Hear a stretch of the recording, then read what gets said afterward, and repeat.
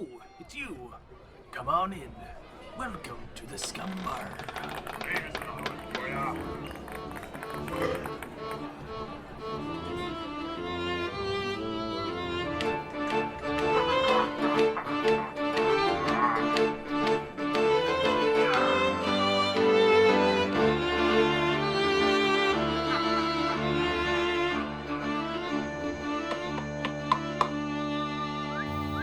Welcome to the Scumm Bar Podcast, episode 40, where we talk movies, video games, pop culture, books, Herobrine, and everything in between. I'm your host, Mattbrush, and with me today, for the 40th time ever, my co-host. Has it been 40? Anth0z! Anth0z! Yes, this is episode 40. 40th time. I was thinking, like, have I ever missed any? And you just did, like, a solo podcast? But no, I've been a part of every single one. Yeah. With cool. me through and through, like thick and thin, and just like every single episode, I'm gonna tell you a joke. Awesome. I'm usually ready for it, so I'm ready for it now. Let's see if you can get this one. You might be able to. Don't you normally try to see if I can get it? What is a pirate's least favorite vegetable?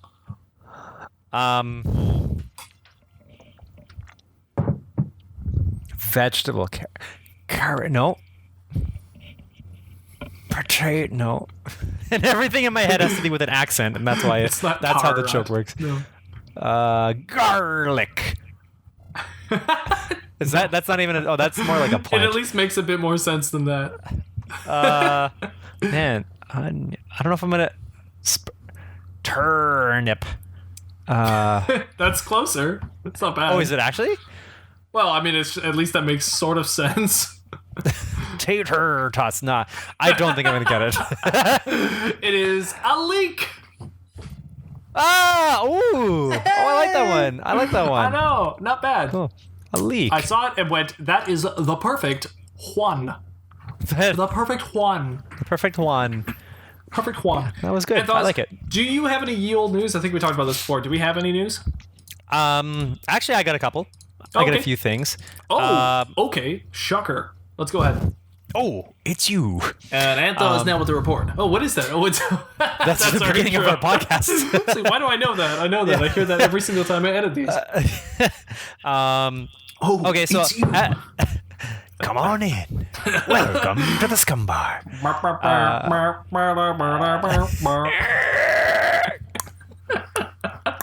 We should just redo the whole theme, but it's our voices. Nothing is like pre-recorded. So yeah, as always, my news will start off with something more like about my life, and not like about the global scale. But so recently, my wife's gonna hear me and she's gonna be like, oh, "You're really talking about this?" But so we found this new Italian restaurant by our place, and since we heard about it, or since the first time we've been, which was maybe like 2 weeks ago, 2 or 3 weeks ago, I think 2 weeks ago, I've been there 3 times. Whoa. So the first time was with it's recently opened up. It's called Mangia Cucina.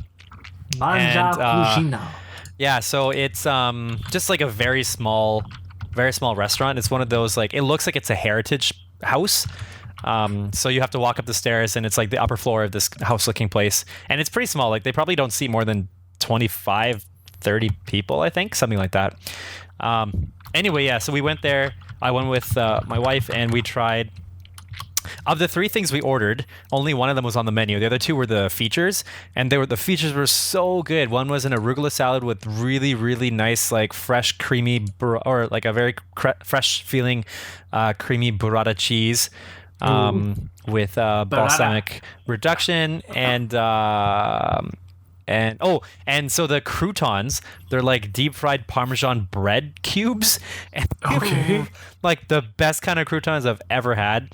My wife mentioned it when we were like, as we finished, she asked what they were, I guess how they were made or what they were, and I can't remember if we asked for this part, but then maybe they offered like, oh, I can bring you some extras if you want, and so they brought this little cup with like extra croutons, and it was great.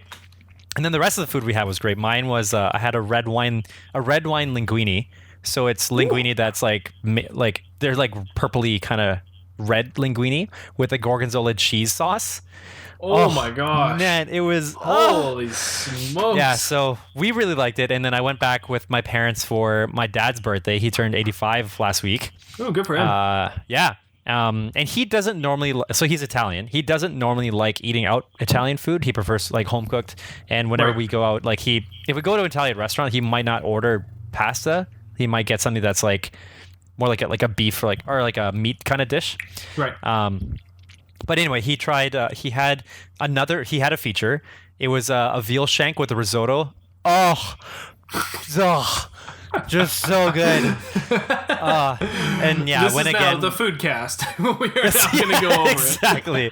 Yeah, and then I went again just the other day for my mother-in-law's birthday. So we went with their family, and they had the last arugula salad feature left, because it's one of those things where like he'll go to the local like Granville Island to check out like what ingredients are like good for the time being. So we got the last one. It's good as always. Everybody loved the croutons, and then all the featured dishes were really good too. Oh, I could talk about it forever. I want to go back right now. It sounds like you had a really good time, man. Oh yeah, when you are in town, we will take you there. Oh. Okay, I'm gonna have to go there now. It sounds like. Yes. All right. Man, I'm sad I'm not there right now. Anyway, okay. So that's what's new with me. Now, what's new with you? Is new with me.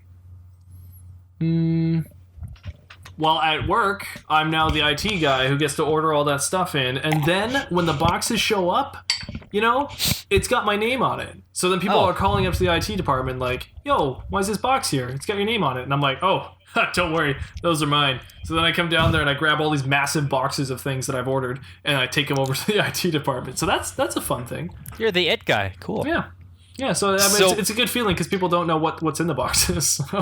And these aren't personal orders that you're like shipping there to bring home. They're actually for work. Okay. It's usually servers or server racks, or it's going to be towers or monitors or something. So.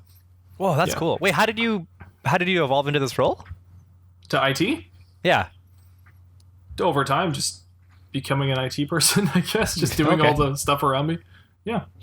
But cool. I mean, I normally somebody else would be ordering this kind of stuff, but recently it was put upon me, and then now I've kind of adopted that as a new responsibility as my job. So, cool. Which is kind of nice because actually, as an IT person, little inside information on the biz. But if you're an IT person, if you're the one ordering all that stuff in, then it's also easier for you to keep track of the stuff that you have on hand. So if you've got a big building like I've got, then it's hard to know all your inventory without doing a really nice inventory count, which we haven't done yet. So because of that, all the stuff I'm ordering, I at least know I've got these things. So that's really nice. Really handy. You're like the company's personal shopper. I get to be, yeah. Like friends. You're the Rachel. You're the Rachel. I get to shop for a living. You get to shop for a living. Yes. Early Friends reference. Oh done. My gosh. Check. Good job. What are we at? Like 6 minutes in or something? 8 minutes in? Oh, man. Perfect. Our record is still 4 minutes. 4 minutes was good. It took us that long? Okay. Well. Yeah, that was episode 37, I think. We did it in like 4 minutes. It was really fast. Okay, we can get it sooner than that. I'm sure we can do it. Honestly, it's 4 minutes including the intro, though. I think I did like, welcome to the Scumm Bar Podcast, here's my co-host Anth0z, and you did your thing, and then did your friends reference immediately after that. So I don't know if we can get much better than that. How did I do that? Wow. I can't remember it, but you did it really quickly. So cool. That was episode 37. Good job. Mm-hmm. Or, no, 38. I'm sorry, episode 38. I don't know, one of them. It was maybe around there. Get it right. All right, let's move on to something I like to call topic. Wait, I have more news. Oh, do you really? Yeah, I actually have I'm sorry. I have real news. Let's move on to topic news. Okay, topic ye old news. This was well, they'll just be like short, random news. But have you heard of the Analog Pocket? No. What is that? Okay, look it up. It is I think it's a new kind of like, it's basically like a redone Game Boy Pocket, but it plays like, I don't know, 3 or 4, maybe 5 generations of Game Boy cartridges. Plus, I think it plays Sega cartridge too, like Sega Game Gear. There's a lot of these kinds of things around, but this one looks like it's marketed really well. I like the design of it. Mm-hmm. It looks really nice. Like the design looks very like clean cut. Yeah.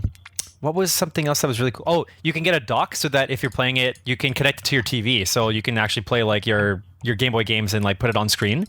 I think it also works with like the other cartridges that would come out, like Game Shark or Game Genie, like those kind of extension cartridges. Wow, they make the screen look really like colorful. Like it looks really good as far as the screen goes. I hope it is that good. It looks really nice. Yeah. So I saw just like a quick video about it, and I'm really intrigued. Like I kind of want to jump on it, but I don't know if I will. I think that company also made a couple of Super Nintendo, like other kind of consoles that'll play like the retro games, and it sounds like they do a lot better than some of the ones that have been released. Like they re-released like the Sony PlayStation, like the Super Nintendo and the Nintendo, right? And something about those, for some reason, they flopped or they didn't get a lot of good reviews, and I'm not really sure why. It could be maybe the storage capacity, or I don't know, but yeah, these ones seem like they could do pretty well. Yeah, I mean these aren't bad. As somebody who is into emulation a little bit here, this doesn't have any emulation capabilities, so you can't play any kind of ROMs or anything. True. And I'm not saying I am not saying, and I will never say that you should download ROMs online of first party content or even third party from underline download ROMs. Yeah. But massive butt, big old booty. There are lots of people that do ROM hacks or things where it's like full-on new games that they're trying out, and people will make new like Sega Genesis games, for example, and they'll create new ones and then put it onto a ROM file. And for that sake, it makes it endless. And for that part of the community, I would love to have a machine exactly like this, but also be allowed to play those ROM hacks, or be able to, let's say, have an update or a translation or something like that of a game I'm trying to play. I would love to be able to do those things. And it seems like with this, they purposely have taken away that capability, probably more for a lawsuit than anything else. But it's just frustrating because if you had a Retro Pi or something, you could create something like this. You would need a 3D printer and all that, and you'd have to really get into the details. Or you could just buy this for $200. So, like I get it, but I can't help but have that mindset where I'm wishing this had emulation. That being said, it's a really good looking device. The screen is really vivid. That's one thing that's getting me. Like seeing the Tetris photo they got there, the screen is really good looking. Yeah. I would really want to play Pokemon on that. And it looks like you have to it looks like you have to have the cartridges, but it's cool because like you have the old cartridges again that you can put to use. Yeah, exactly. Yeah. I like that. That is interesting.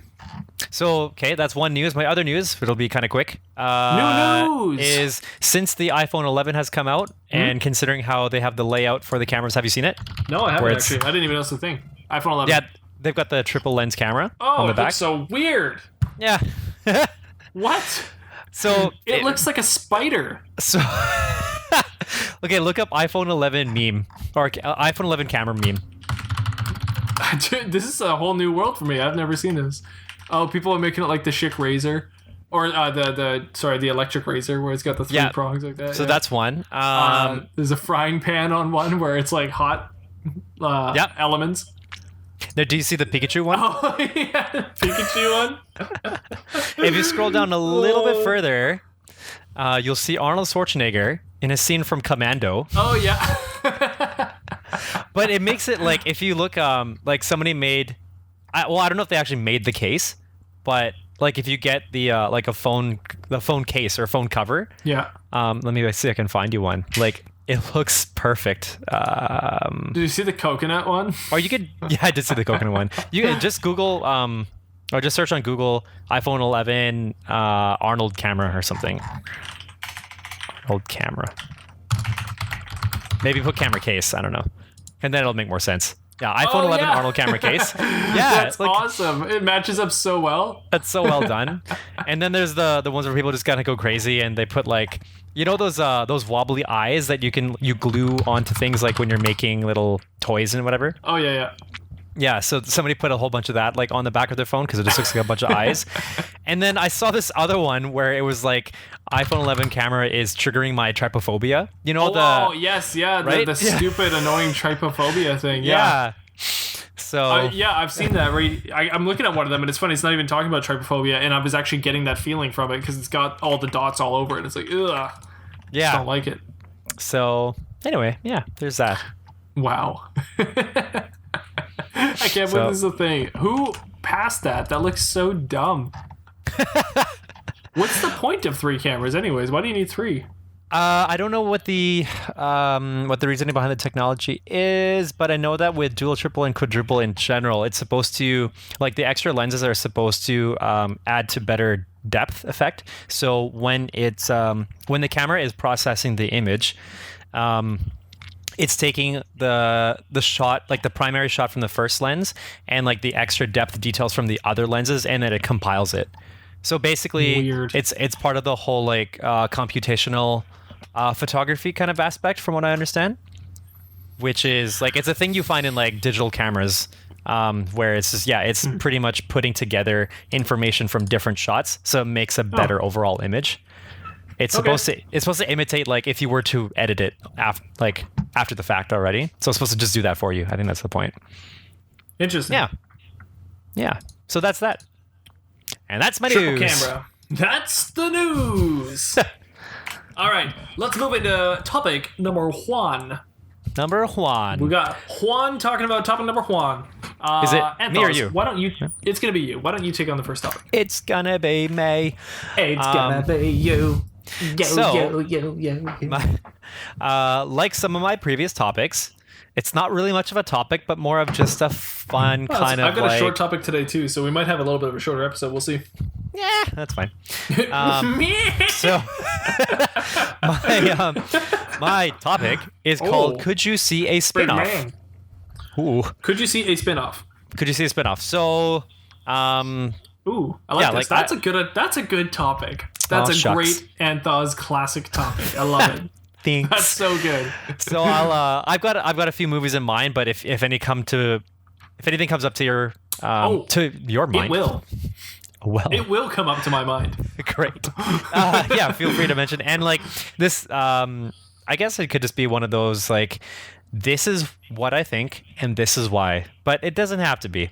It could just be like, yes, I could see spin-off next, and then sure, we'll go from there. All right. So, first one. And also, like, I don't even know if this would make sense for some of them because I don't know the whole history of these movies, but you might know a little bit better, so you can tell me. So, could you see a spin-off, if one isn't already done, for James Bond? Oh. It's you. Sorry, every time you say, oh, now I'm just going to hear, it's you. Oh, it's you. The spin-off for James Bond. Yeah, you know what? I don't know. I don't think there ever has been one. I could be proven wrong easily, but I don't think there's ever been a spin-off, but I could see it. I could see it with like an agent that gets introduced in one of the movies that's helping Bond, and then that becomes an agent to have their own kind of thing. I could see them doing that. Mm-hmm. I don't know. If it definitely has to be somebody from the agency, right? Yeah. But at the same time, it might be interesting to have a totally different perspective where you have Q as the spin-off. Exactly. Yeah, good. Okay, yes. Is that what you were thinking? What were you thinking about Q? That is exactly what I was thinking. Q, if anybody, I feel would be the one that they could do a spin-off of. And I think it's because like he does a whole bunch of stuff behind the scenes, right? Like he's the one behind all of his gadgets, at least that I know of. But like, what's the process for him like putting it together, and like, how did he get to this point where he could build all these gadgets, right? Like, what's his previous experience?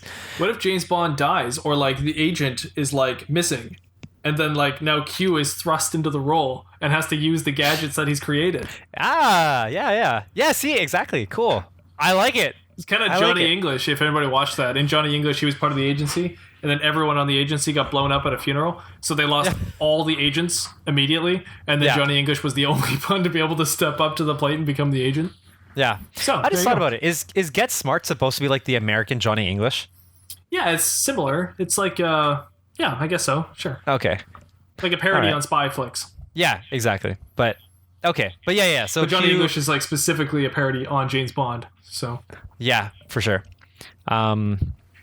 Anyways, yeah, so Q is the character that I would see if they were to do a spin-off. Other ones I kind of find wouldn't make as much sense, or I feel like it would be difficult to build content because, like, at least with Q, there's so much existing already.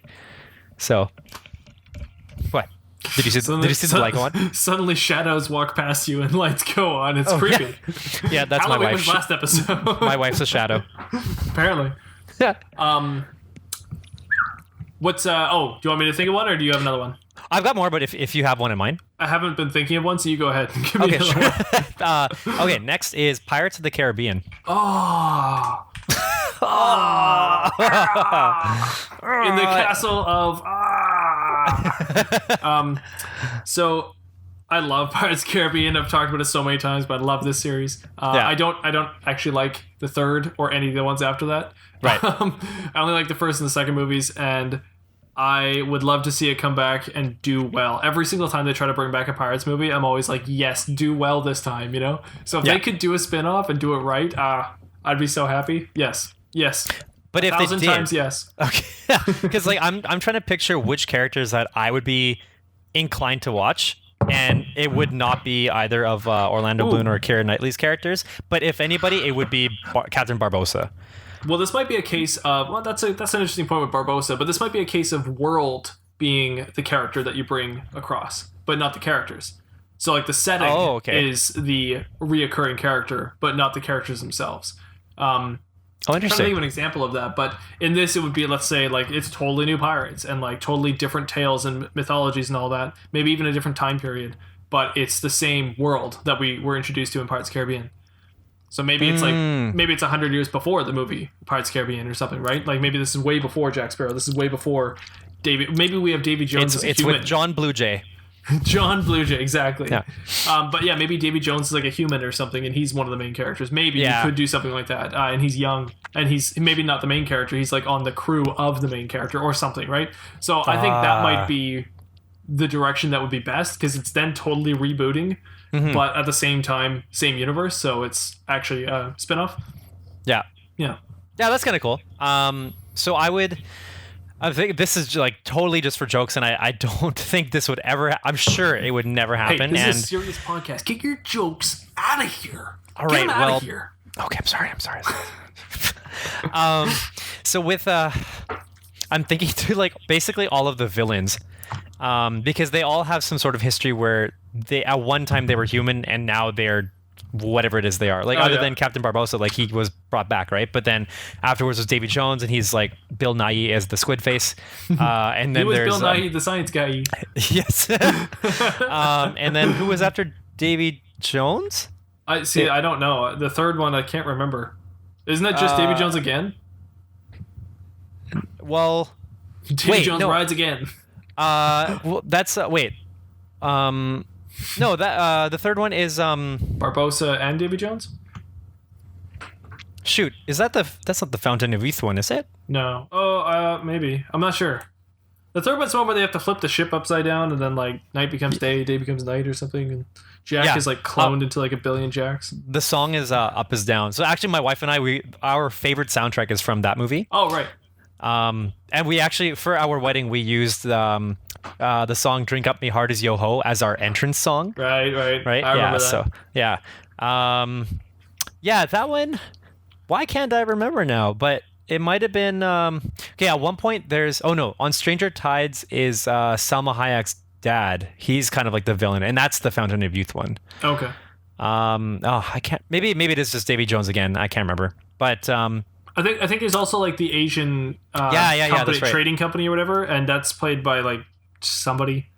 Ken Watanabe is in that one, right? But, he's a good guy though, isn't he? I don't think he's a bad guy. He plays a good guy. Yeah.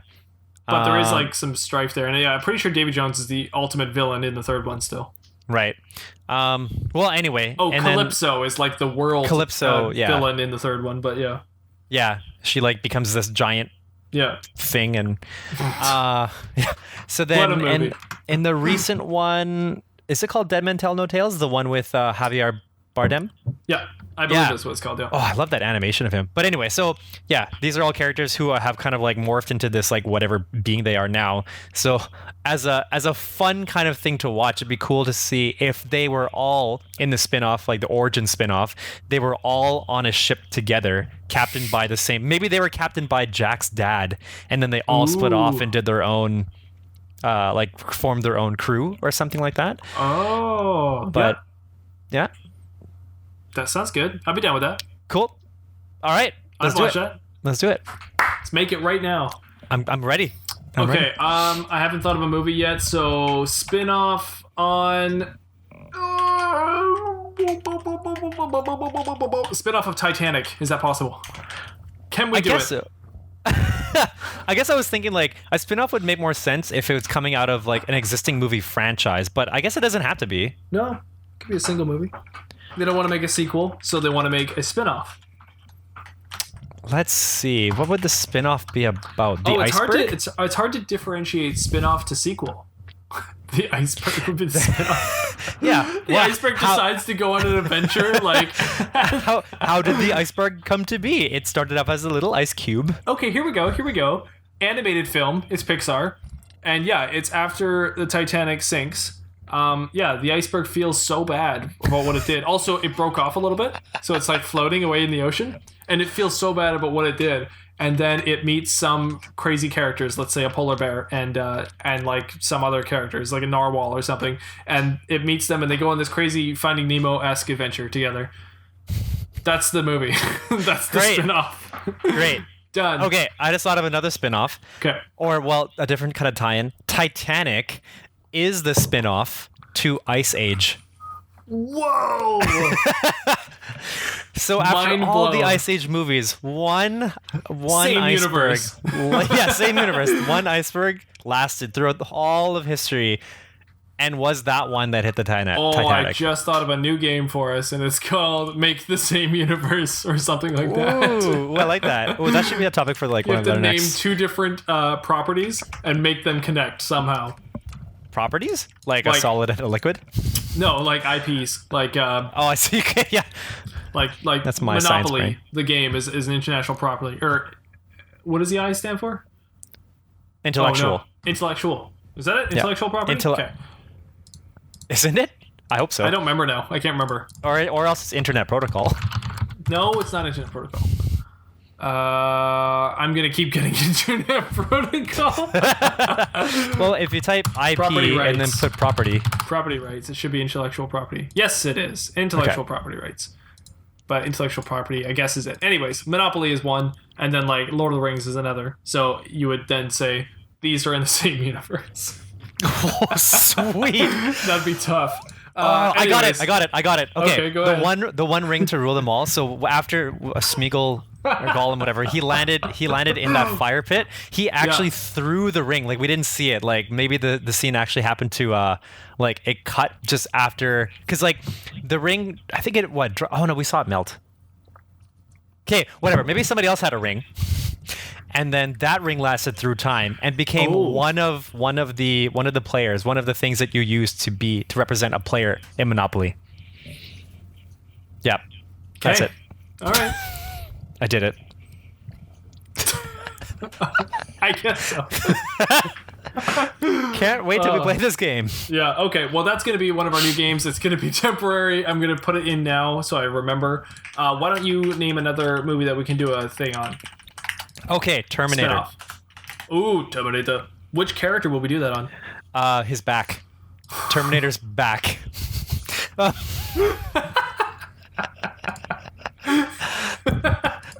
You be Terminator and I'll be back.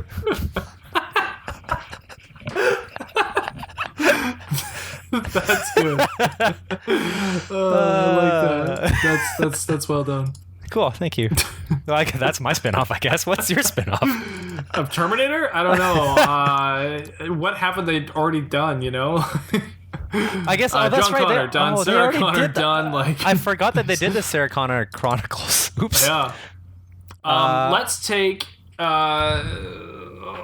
guy who created God. What's the bad company? What's the evil company in that movie? Skynet.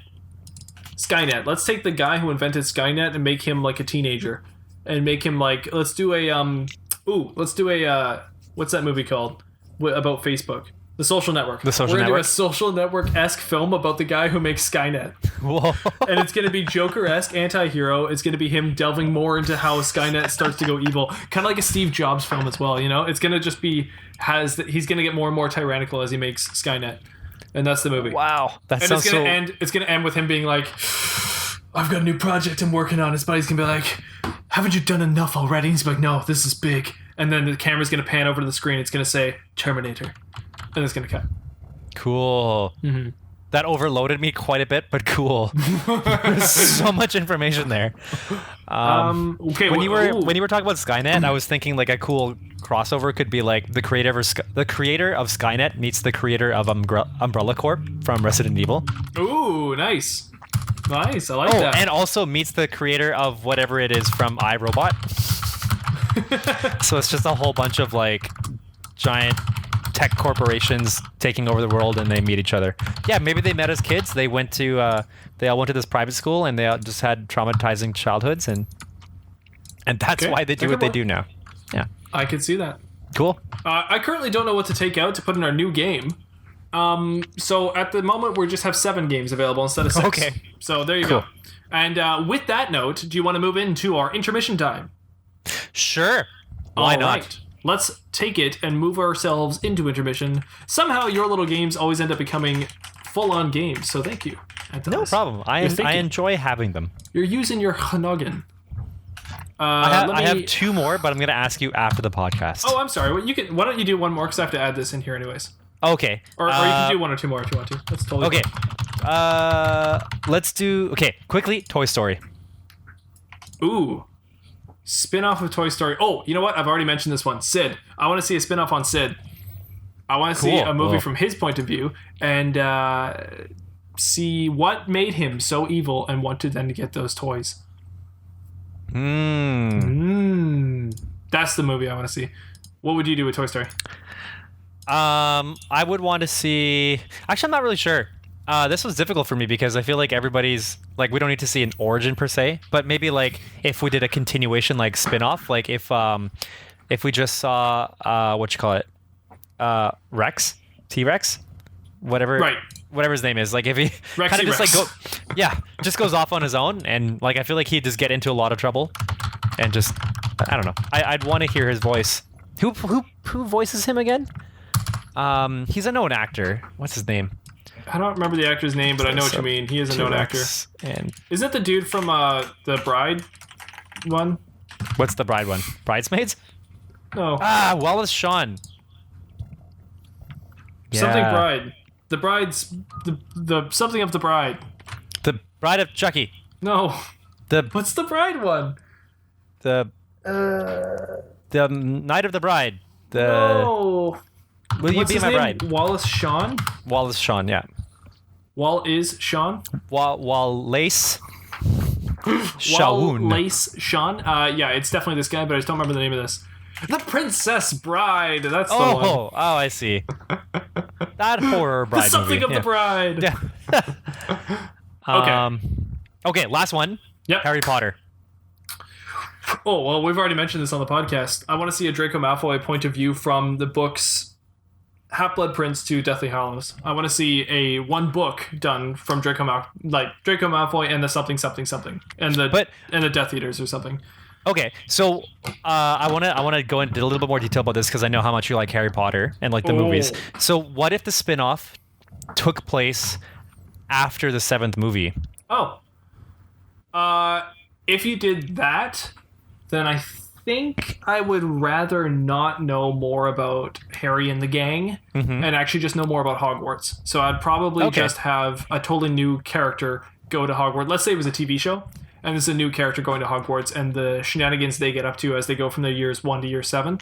And just barely touch on the people that are there that we know from the movies and books. I would have maybe a cameo with McGonagall being like headmaster or something, and I would have like Flitwick and stuff, and some of the characters we would know, maybe if there's a new kind of Filch or something, like I don't know, but like we would have the recognizable school, but that's about it. I would like to keep the rest of it totally separate. Okay, cool. What would you do? I can think of 2 and kind of for different reasons. One would be Professor McGonagall, but mainly because what's her name? Maggie Smith. Yes, Maggie Smith. Just because like I always enjoy her acting. She's so good. Like ever since, and she hasn't aged since Hook, by the way. Like she looks exactly the same. She does, I don't know how she does it, but so Maggie Smith, I feel like I could really enjoy a movie that's just like her in the wizarding world. Just because I know that she would do a good job.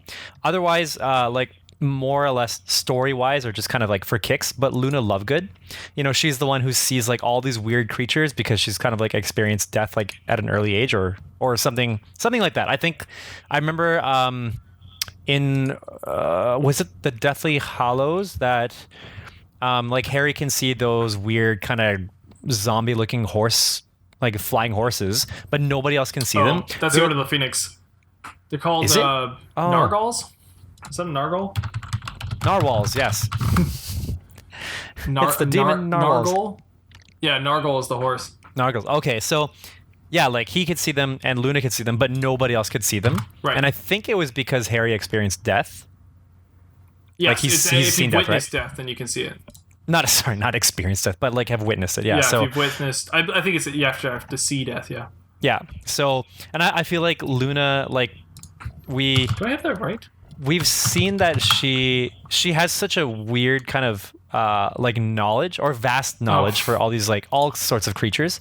So I feel like that could be like that could have been the replacement for like if we had never had Fantastic Beasts, for example. It could have been her like and her dad and like exploring through like all these different lands and seeing all these different kind of beasts and creatures and stuff. And it's her taming them or just like her befriending every single possible creature.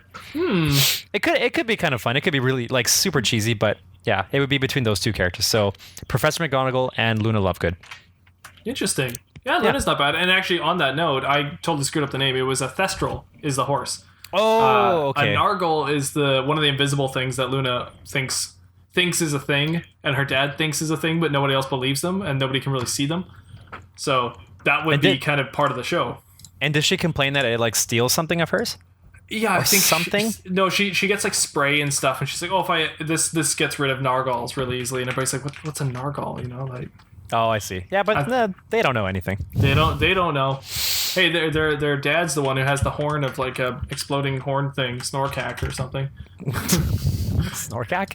Something like that. Yeah. Oh man, the Wizarding World should cross over with Thor or Seuss. Yes, that definitely. Yeah. Okay, Anth0z, are you ready? Yeah. Are you ready to spin the wheel of scum? Yes, click. Spin. Nope. Cue the music. Oh.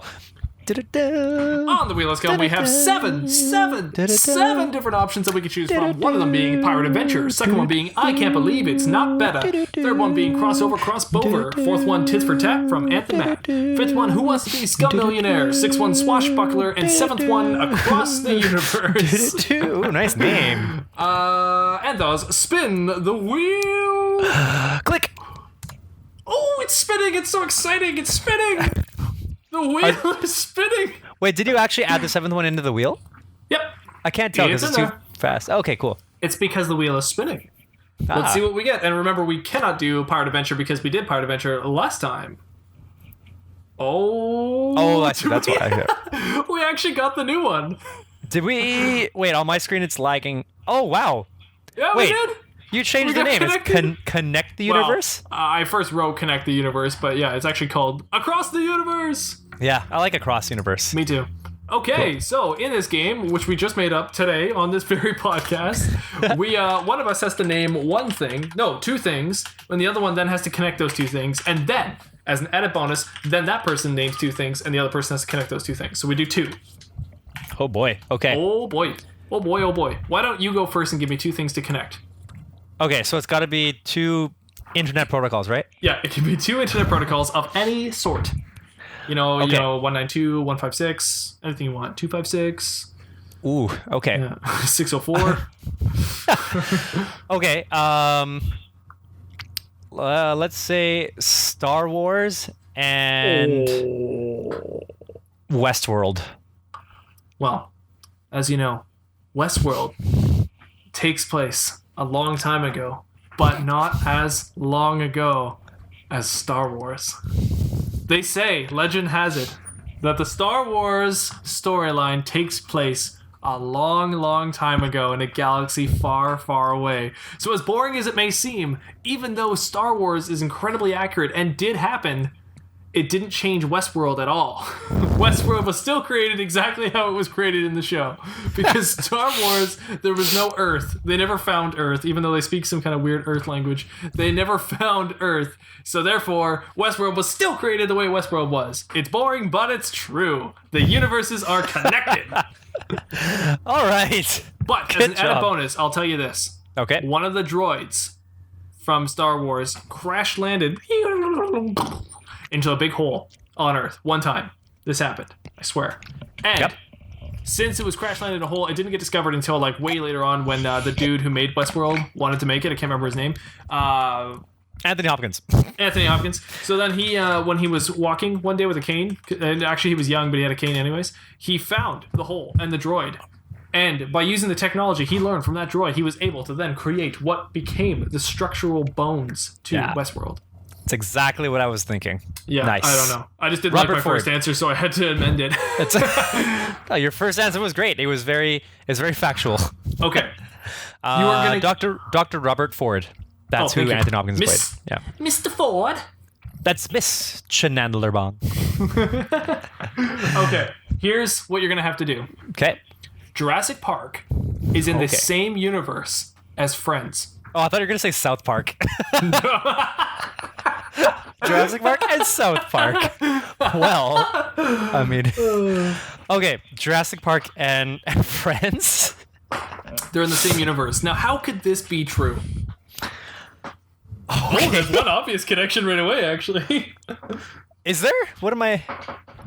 Who was... Sorry, you go ahead. This is your story, not mine. Oh, I want to know. Okay, well, you'll have to tell me the obvious connection afterwards. Because I'm trying to think if there's a character that's in both of them. No, nothing like that. No. Okay.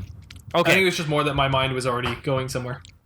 Okay, got it. So, so Jurassic Park obviously took place first because dinosaurs, duh, like that was kind of like a thing in the past. Yep. So, what happened was during the events of Jurassic Park 2, The Lost World, when the T-Rex gets onto like the rest of the like off the island and into like the main city, as it's kind of terrorizing through the streets, it tramples onto the bar of what was then the before Central Perk. So whatever it was called before, it Max was the or bar something? that let's check it up.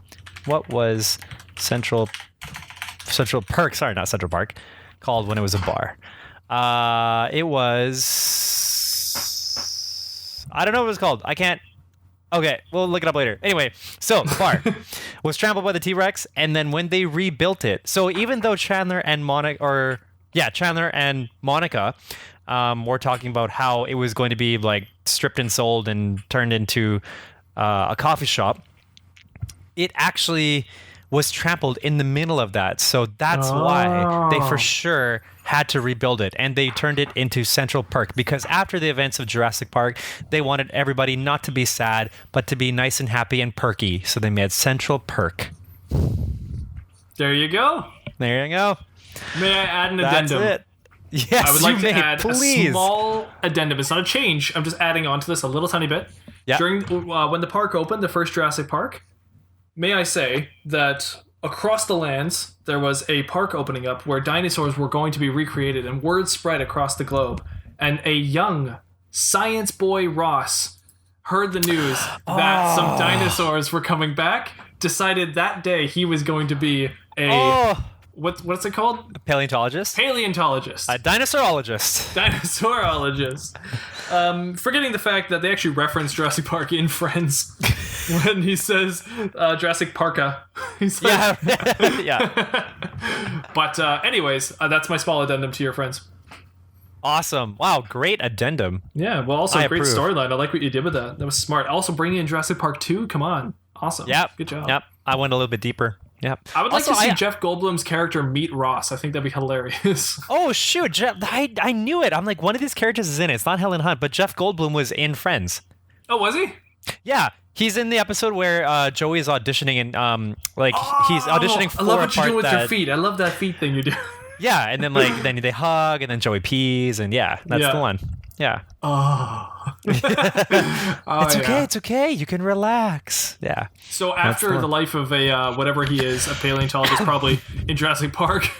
Yeah. I can't remember what he is, but he's a something. He realizes that dinosaurs are scary, so he decides to be a casting director after that. Awesome. Yeah. Okay, cool. That worked. I like the new game. Connect the universe. No, Yeah, across the awesome. universe. Across the universe. Across Cool. the universe.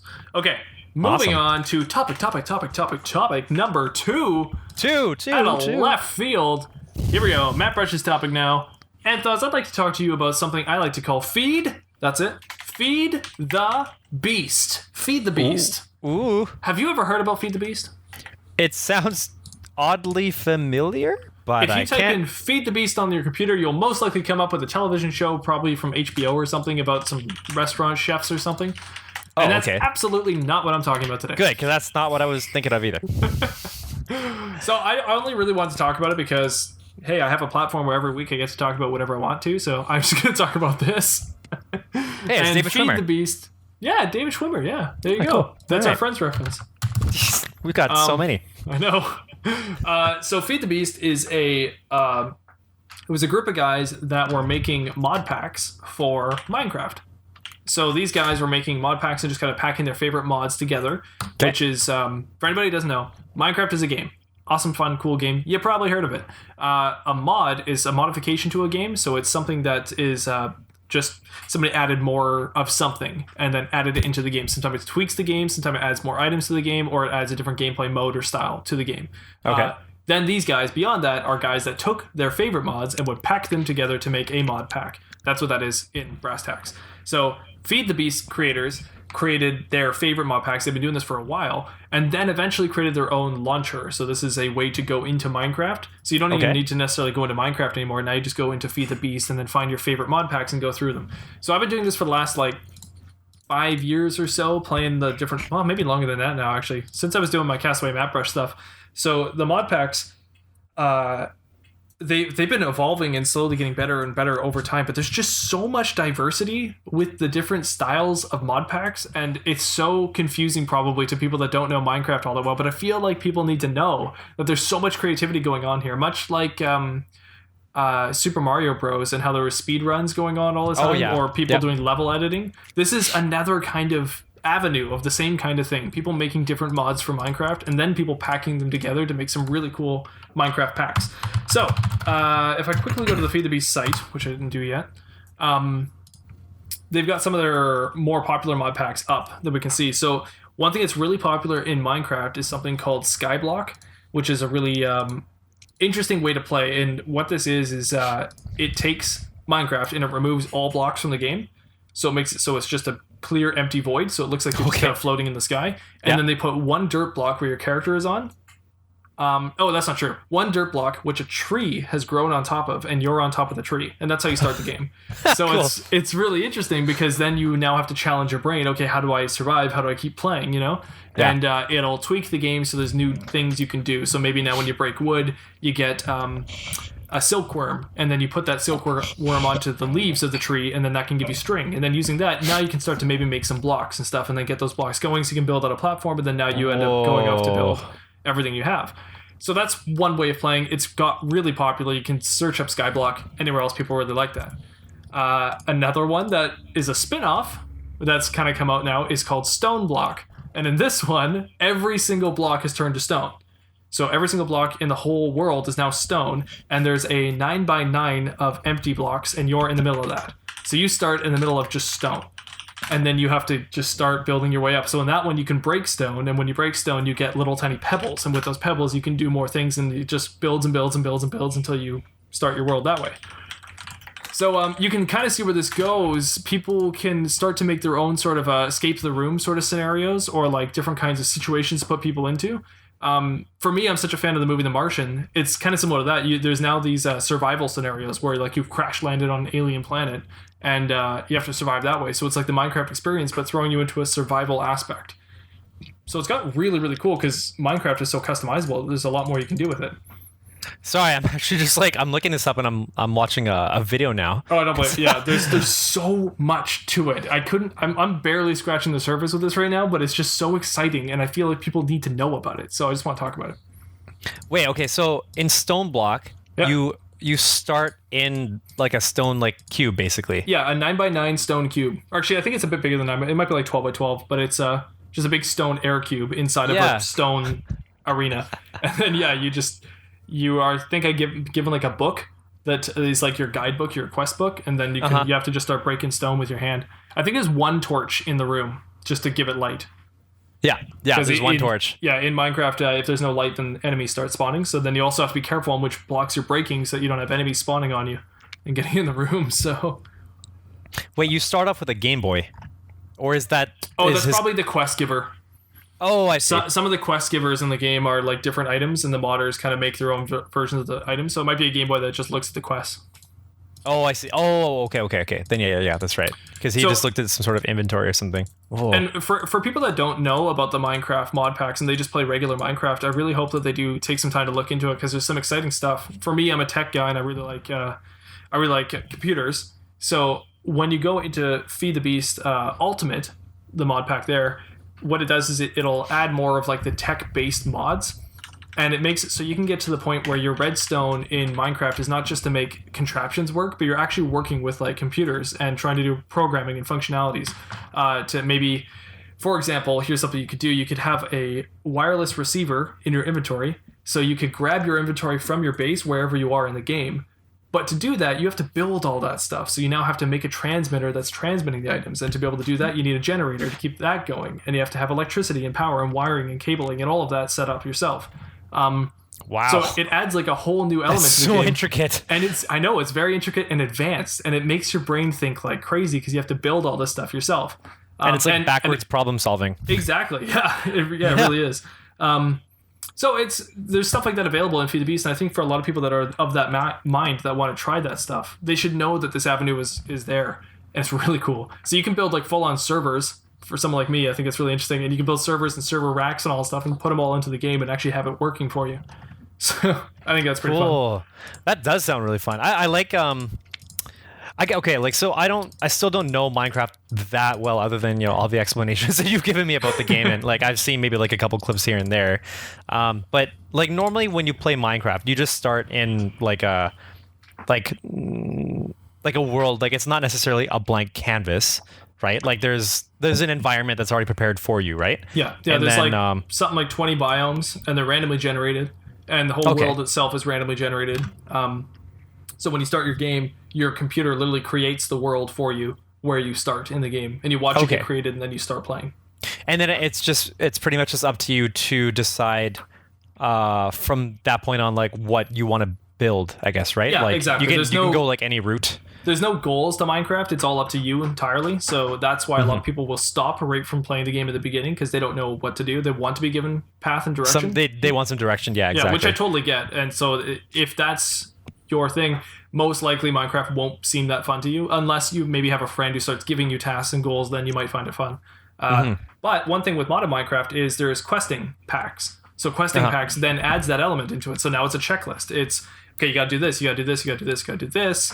And sometimes they add it into a survival aspect. So in one of the ones you might be playing, they might say, okay, you now need to make sure that you're getting your 5 different food groups.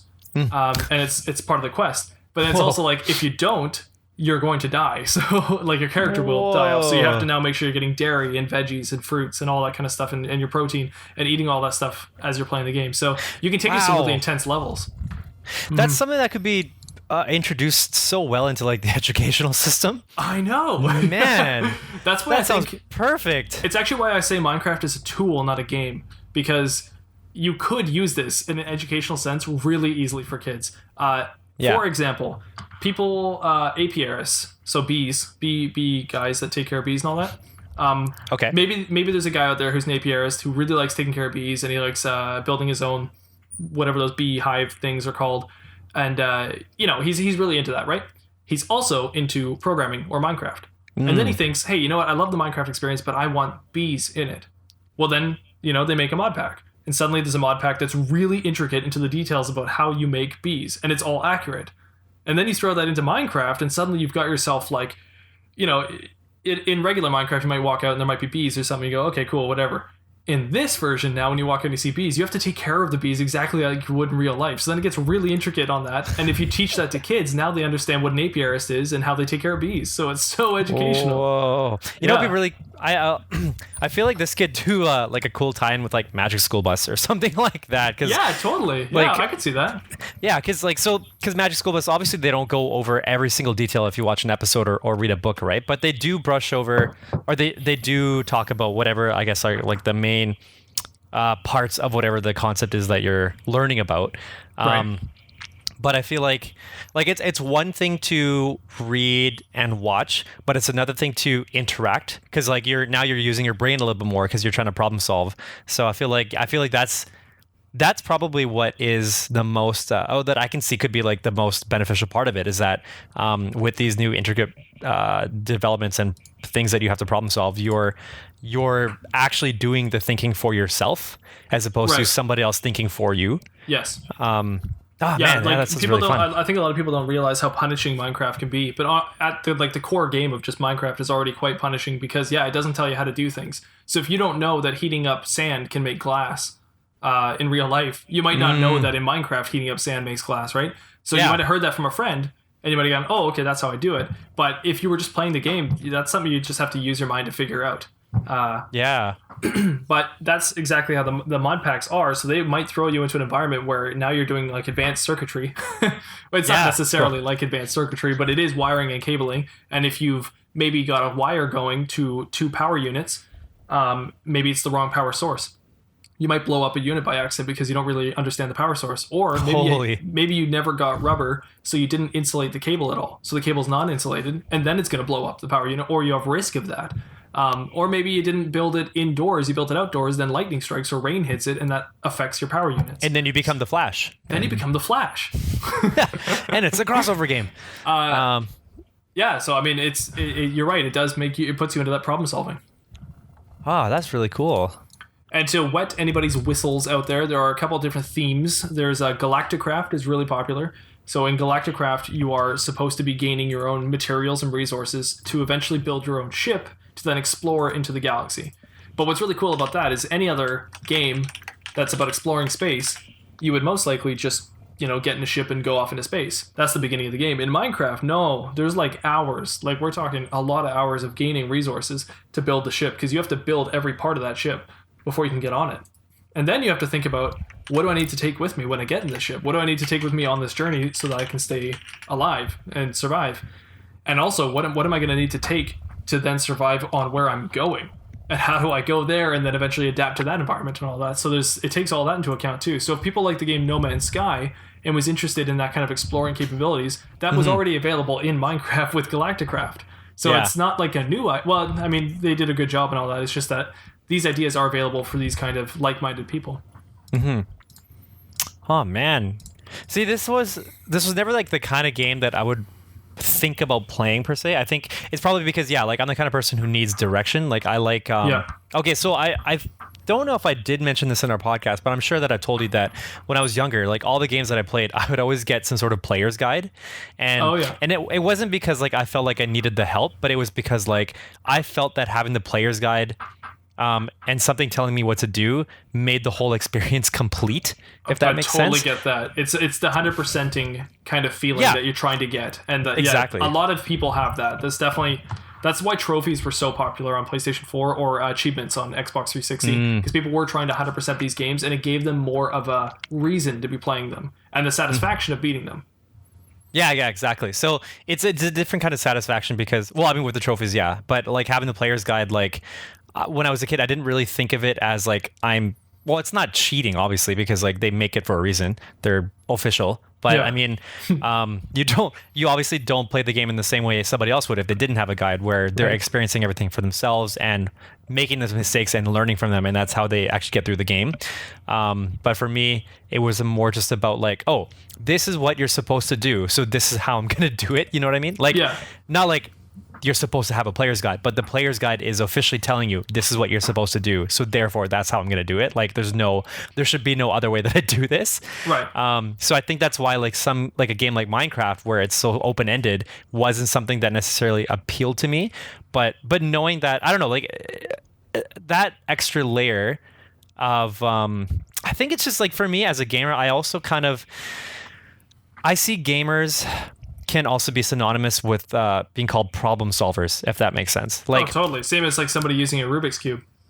Well, yeah, exactly. And maybe you could attribute a problem solving trait to like maybe anything you do in life. I can't think of anything off the top of my head. But when it comes to video games, like if you're playing, anytime you have a quest, you're problem solving. Like, they give you some information and you have to figure out, okay, what are the steps I need to do to finish this?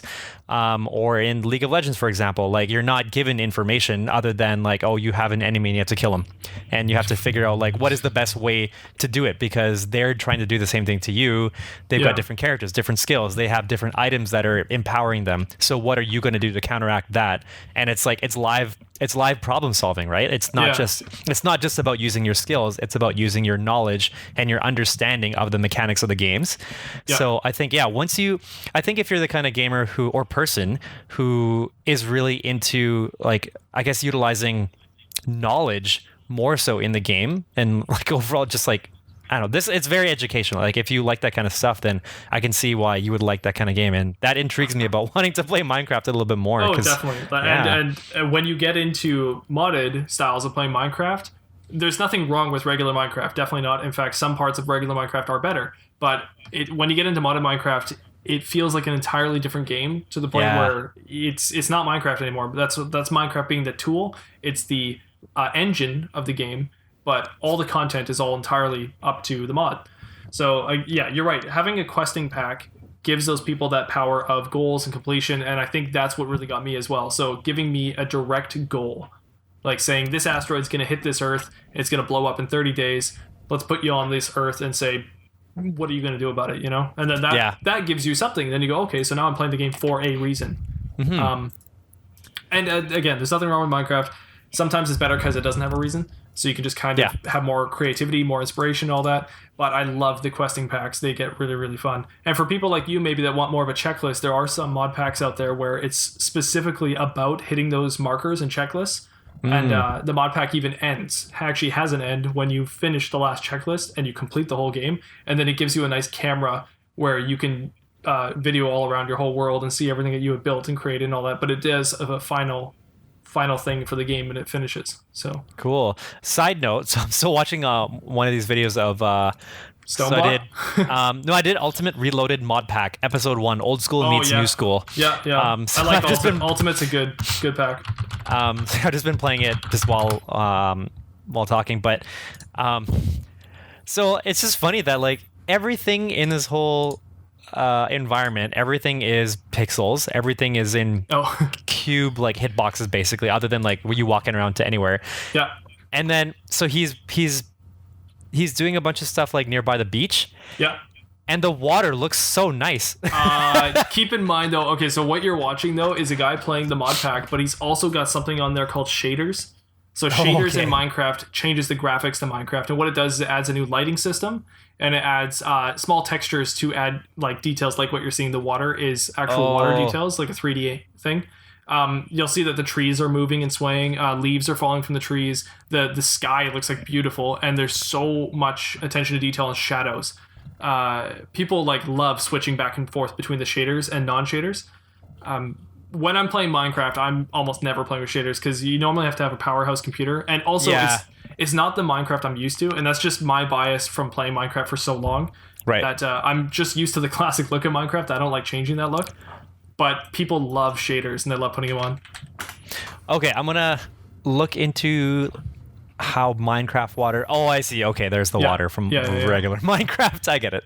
But yeah, one cool thing, and this probably more appeals to you, is what you can do is you get a group of friends, and you normally want to do a LAN party or something like that, right? And you play something like Counter-Strike. You play your Halos or your Call of Duties or something, or League of Legends, I guess these days.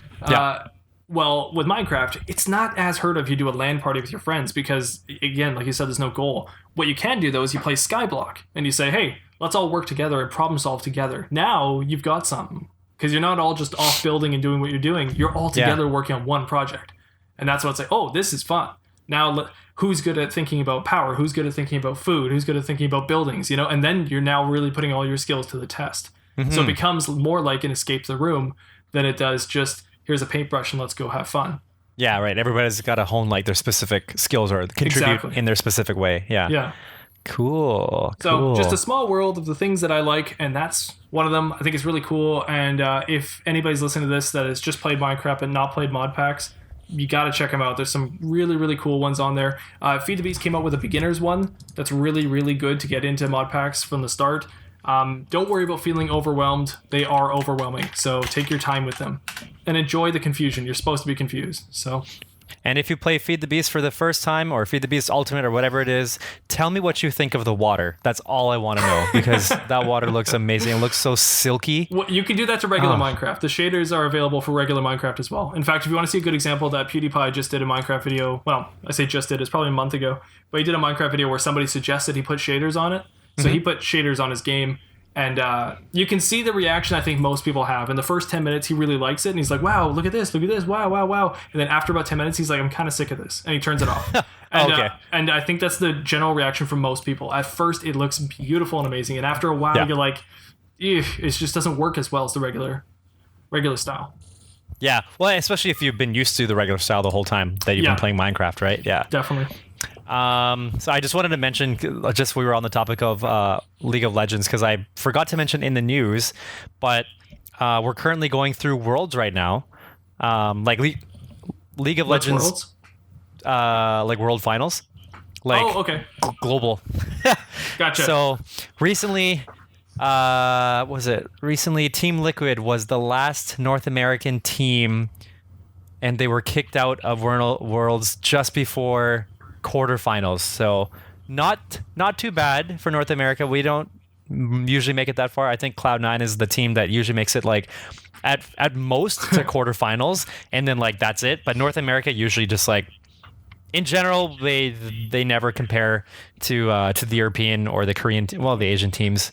So and just wanted to make that note. I'll try to update as the podcast goes on, because the Worlds will be taking place over the next like couple weeks too. So to tie that in, actually, Cloud9 has their own Feed the Beast mod pack. Oh, cool. Yeah, I've seen it. I just didn't know what Cloud9 was, but now that you mention it, so it's a team of guys, I guess, from League of Legends, but they have their own Feed the Beast mod pack they have to play. Well, they're not just... Oh, I see. Cloud9 Minecraft. Cloud9 isn't just... That's a different logo. Oh, maybe it's not the same thing. It could be some other company then. I'm sorry. No. This is iHas Cupquake. That's a YouTuber, so I guess that's not the same thing. Sorry about that. I thought that was... iHas Cupquake. I thought that was them. Cloud9, so like with most of the esports teams they don't just stick to one game. So like Cloud9, what else there? Cloud9, TSM, Team Liquid, and I don't know, Clutch Gaming. All these teams, like they have a League of Legends team, they'll have like a Call of Duty team or something, or like a Counter-Strike team.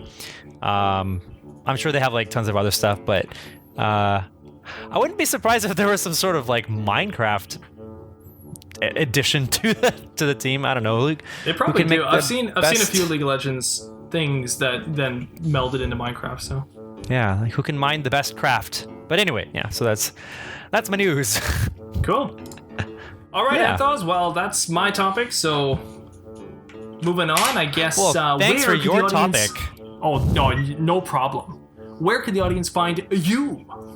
Well, if you want to find me, you can find me on Twitter at Anth0z1. That's at ANTH0Z1. If you want to find me, you can find me also at Twitter at Mattbrush Gaming, or you can see me on YouTube at Mattbrush Gaming as well, where you can find this podcast in video format. And then you can like watch it with your eyes. But if you want to use your ears, you can totally listen to the podcast on any podcast platform that you choose. And if you want to watch it with your mouth, good luck. Just try it. It's going to be difficult. Leave a comment or a like or a review or something. Let us know what you think about the show. And Anth0z, I believe you have something you want to tell the people. When in doubt, try a different method. Try a different body part. Try a different mentality. Try. Try. And if trying doesn't work, Just do it. Nike.